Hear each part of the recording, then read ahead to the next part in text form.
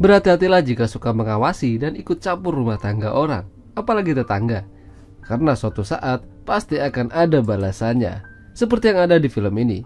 Film dengan judul The Voyeur yang dirilis pada tahun 2021 ini akan menceritakan kisah pasangan muda yang terobsesi memperhatikan dan kepo dengan tetangga baru mereka.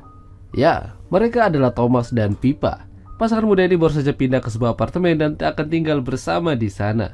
Meskipun begitu, status mereka masih pacaran dan hal itu sangat mereka impikan sejak lama. Malam itu mereka coba merayakan kecil-kecilan apartemen baru mereka, sampai akhirnya perhatian mereka teralihkan oleh tetangga barunya. Dari jendela apartemen, mereka bisa melihat langsung kegiatan yang tetangga mereka lakukan. Sepertinya tetangga mereka berprofesi sebagai fotografer.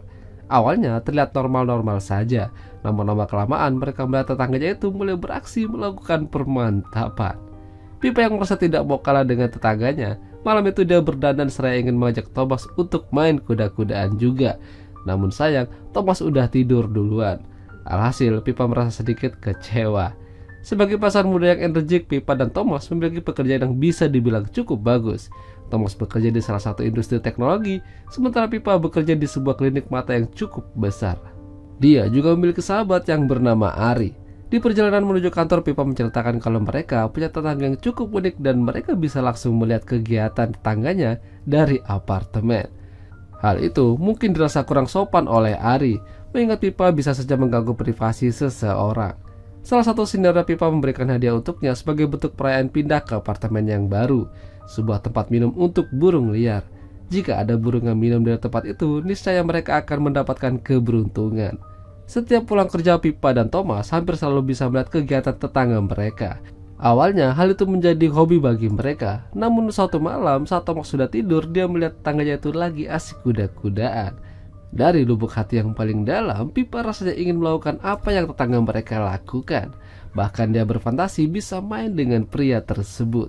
Semenjak itu, tampaknya Pippa menjadi terobsesi melihat apa yang dilakukan tetangganya setiap harinya. Dia berharap bisa melihat lebih dekat lagi. Hingga suatu malam Pippa tidak sengaja melihat sebuah teropong dijual di salah satu toko barang antik. Tidak butuh waktu lama, Pippa membeli barang tersebut dan langsung mencobanya pada tetangga mereka. Mereka menyadari fotografer adalah suatu pekerjaan yang sangat mengasihkan, apalagi jika modelnya adalah wanita cantik. Malam itu, mereka melihat seorang wanita dijadikan model. Namun makin kesini, lama-lama model itu tampaknya disuruh melepaskan pakaiannya, lalu difoto. Dan setelah sesi foto berakhir, mereka melanjutkan ke bagian yang paling menyenangkan. Melihat semua kejadian itu, Thomas merasa kalau apa yang mereka lakukan itu mungkin tidak benar. Namun Pippa mengalihkan perhatiannya dan menyuruh Thomas untuk melihat mereka menggunakan teropong. Pippa lalu ke belakang Thomas dan mulai membuat Thomas menjadi merem melek. Alhasil, mereka juga melakukan permantapan. Namun sayang, Thomas tidak bertahan lama. Dan itu membuat Pippa kembali kecewa. Begitu Thomas tertidur, Pippa melanjutkan keponya. Dia melihat istri tetangganya datang dan memberikan kejutan pada suaminya. Pippa kini menyadari satu hal, kalau selama ini pria yang menjadi tetangganya itu berselingkuh dari istrinya.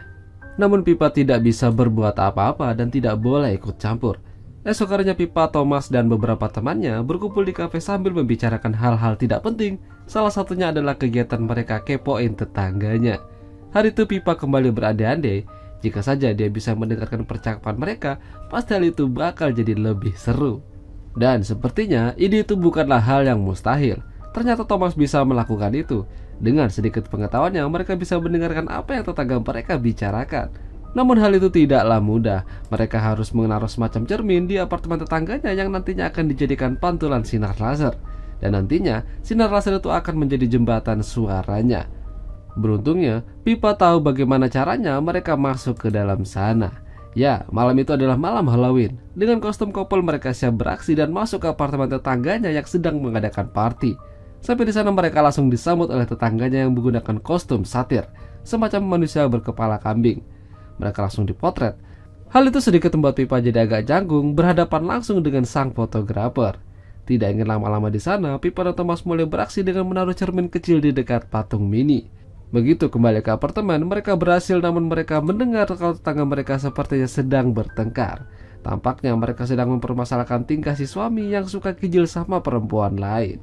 Akibat pertengkaran itu, sang istri mendapati kacamatanya rusak. Dan kebetulannya lagi, esok harinya dia pergi ke klinik mata tempat Pippa bekerja. Wanita itu ternyata bernama Julia. Julia ingin meminta bantuan Pippa supaya bisa dibuatkan kacamata yang sesuai dengan keluhan matanya. Namun sebelum itu, Pippa harus mengeceknya terlebih dahulu.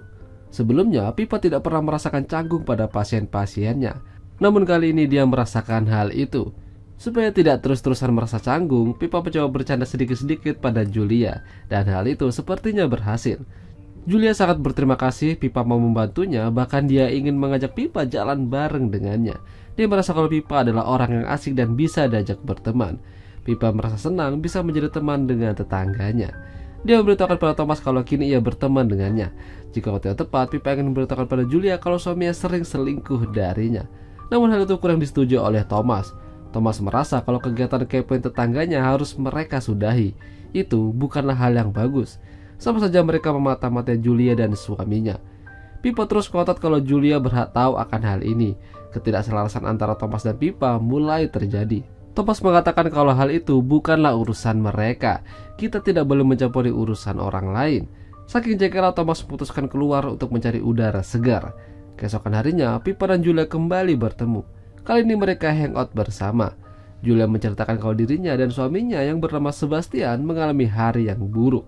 Akhir-akhir ini Sebastian jarang mau diajak main, padahal sebelumnya baik-baik saja. Dan sepertinya Pippa tahu permasalahannya. Namun dia berpura-pura untuk menutupi kalau selama ini dia memata-matai mereka. Namun Pippa tampaknya tidak tahan untuk menutupi keburukan suaminya Julia. Jadi suatu malam Pippa mengirimkan sebuah pesan menggunakan printer yang terhubung ke komputernya Julia. Pesan itu memberitahukan Julia kalau Sebastian telah selingkuh dan ada bekas pengaman di bak sampah. Dan benar saja, Julia menemukan barang itu. Thomas yang tiba-tiba terbangun ikut menyaksikan apa yang dilakukan Pippa pada Julia. Dengan mengirim pesan itu, Julia semakin bersedih dan menangis. Thomas merasa kalau tindakan Pippa sudah kelewatan. Dia sudah memperingatkannya untuk tidak ikut campur urusan orang. Akibat pesan itu, Julia marah dan sempat berantem sama Sebastian. Julia yang kehilangan akal sehatnya lantas mengakhiri hidupnya menggunakan pisau dapur. Kejadian pengenalan itu disaksikan langsung oleh Thomas dan Pippa. Akibatnya Thomas marah dan kesal lalu mengempaskan teropong itu hingga salah satu lensanya pecah. Thomas menuduh kalau kematian Julia karena Pippa terlalu ikut campur urusan mereka. Dan hasilnya Thomas dan Pippa berdebat hebat hari itu. Sementara Pippa hanya bisa menangis dan tidak tahu harus bagaimana. Akibatnya hari itu Thomas memutuskan untuk break sementara dengan Pippa dan tinggal bersama saudaranya meninggalkan Pippa sendirian. Keesokan harinya saat di kantor Pippa melihat kalau kacamata yang dipesan oleh Julia sudah siap diambil. Namun sayang, Julia sudah tiada. Jadi Pippa menelpon Julia sambil menangis. Meskipun hanya kotak suara yang menjawab, Pippa meminta maaf atas apa yang terjadi. Dia benar-benar tidak menyangka kalau endingnya bakal seperti itu. Namun ada persamaan antara Pippa dan Sebastian. Ya, sama-sama ditinggal orang yang dicintai. Pippa kembali mengintai Sebastian dari apartemen yang terlihat kacau. Tidak hanya itu, Pippa juga mengikuti Sebastian pergi ke bar dekat apartemen. Sampai akhirnya Sebastian menyadari kalau dia dilihatin sama Pippa. Sebastian lantas mendekatinya dan duduk bareng dengannya. Sebastian mengatakan kalau dirinya pernah melihat Pippa namun dia lupa di mana. Malam itu mereka saling ngobrol membicarakan suatu hubungan yang retak. Awalnya Pippa terlihat canggung, namun lama-kelamaan dia merasa nyaman karena Sebastian pintar dalam mencairkan suasana. Sebastian merasa kalau Pippa adalah wanita muda yang manis. Jadi tidak afdol kalau dia tidak mendapatkan fotonya. Sebastian mengajak Pippa ke apartemennya dan melakukan sesi pemotretan. Tidak butuh waktu lama untuk Pippa menjawabnya. Ya, Pippa mau diajak ke sana mengingat Sebastian adalah fotografer profesional. Awalnya terlihat normal, namun lama-kelamaan dengan sihirnya Sebastian meminta Pippa melepaskan semua pakaiannya, sama seperti yang ia lakukan pada yang lain. Malam itu menjadi malam yang panjang bagi mereka. Lalu tangan kebersamaan dan keadaan yang mendukung, mereka akhirnya melakukan permantapan. Hal yang ditunggu-tunggu oleh Pippa karena beberapa bulan ini Thomas tidak bisa diandalkan. Tapi malam itu juga menjadi malam yang menyedihkan bagi Thomas. Dia kembali ke apartemen dan melihat ke seberang kalau Pippa ada di sana bersama Sebastian. Pagi harinya saat Pippa kembali ke apartemennya, dia menemukan Thomas sudah tak bernyawa gantung diri. Malamnya asik-asikan, pagi harinya dia sedih-sedihan. Namun Pippa tidak boleh terus bersedih. Malam itu saat bersama Ari, dia mengajaknya untuk pergi ke pameran foto Sebastian. Di sana ia langsung disambut Sebastian yang terlihat senang. Namun sesuatu yang mengejutkan terjadi. Secara mengejutkan, Julia muncul di acara itu. Ya, Julia mengatakan kalau pameran itu dipersembahkan untuk tetangga baru mereka, Pippa dan Thomas. Foto-foto yang diperlihatkan itu adalah foto Pippa dan Thomas saat mereka memata-matai kehidupan Julia dan Sebastian. Ya, Selama ini mereka tahu kalau Pippa dan Thomas mengamati mereka. Jadi mereka diam-diam balik mengamati Pippa dan Thomas. Sampai akhirnya mereka membuat Pippa dan Thomas berpisah untuk selamanya. Kesal dan merasa malu, Pippa pulang dengan perasaan penuh dengan amarah. Namun Pippa tidak diam begitu saja. Suatu malam Julia dan Sebastian dapat pesan dari Pippa. Pippa mengatakan kalau ternyata dia tahu apa yang terjadi dengan Thomas. Ya, Thomas meninggal bukan karena bunuh diri, melainkan dibunuh. Minuman yang diminum Thomas malam itu sudah diracuni oleh Julia. Hal itu memang menjadi tuduhan serius pada mereka. Tidak terima akan hal tersebut, mereka mengejar Pippa sampai ke kantornya dan ingin memberikan pelajaran. Tapi sampai di sana, Julia dan Sebastian tiba-tiba merasa pusing dan pingsan. Ternyata, sebelum itu Pippa sudah memberikan minuman anggur yang sudah ia beri obat tidur. Pippa berjanji pada mereka kalau malam itu adalah malam terakhir mereka bisa melihat dunia. Pippa mengoperasi kedua mata mereka hingga menyebabkan kebutaan. Pippa tahu kalau tindakan itu mungkin tidak kadang salah dan mungkin tidak diinginkan oleh Thomas. Namun semua sudah terjadi. Julia dan Sebastian mendapatkan ganjarannya, begitu juga dengan Pippa. Dan akhirnya, film pun berakhir. Itulah tadi alur cerita film The Voyeur. Jika suka dengan video ini, jangan lupa untuk tinggalkan like ya lur. Dan sampai jumpa.